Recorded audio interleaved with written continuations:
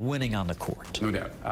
Listen, let's face it. I think, as my wife would often say, if we're not here to try to win a championship, what are we doing here? I mean, if you're in the NBA, you're trying to win a championship. You're trying to get better.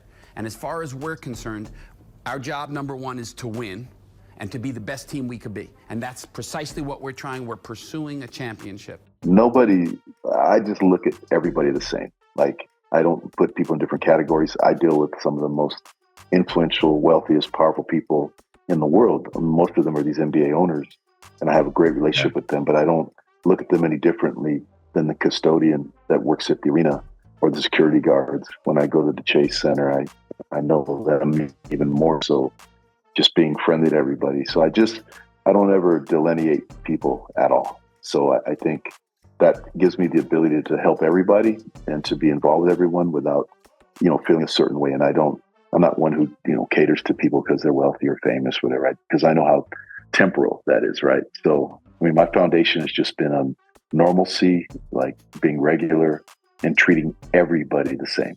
And that's kind of my staple. And, Jesus was that way, right? He got criticized, by hanging with, people that were the sinners. And he said, those are the people that need help. So, yeah. There's a model for that, right? In terms of everyone that you extend yourself to, that it doesn't really matter. We're all sinners.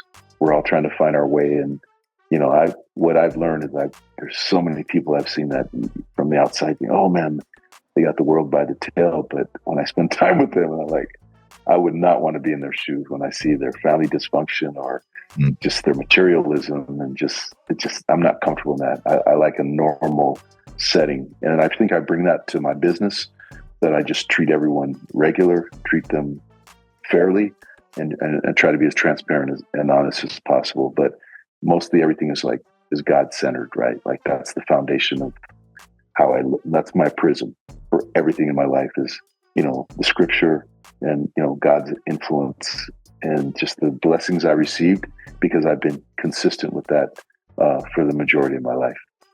Here's a thumbnail on Alex Sarr, kind of what you see in him.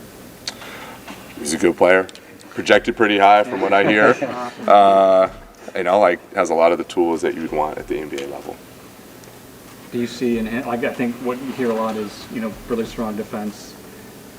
The offensive where he's at right now is not quite there. Do you see in him the capability to become an effective elite offensive player?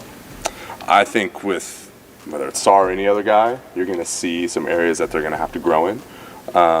So I for guys that we bring in, I'm going to think very highly of that they can reach their ceiling.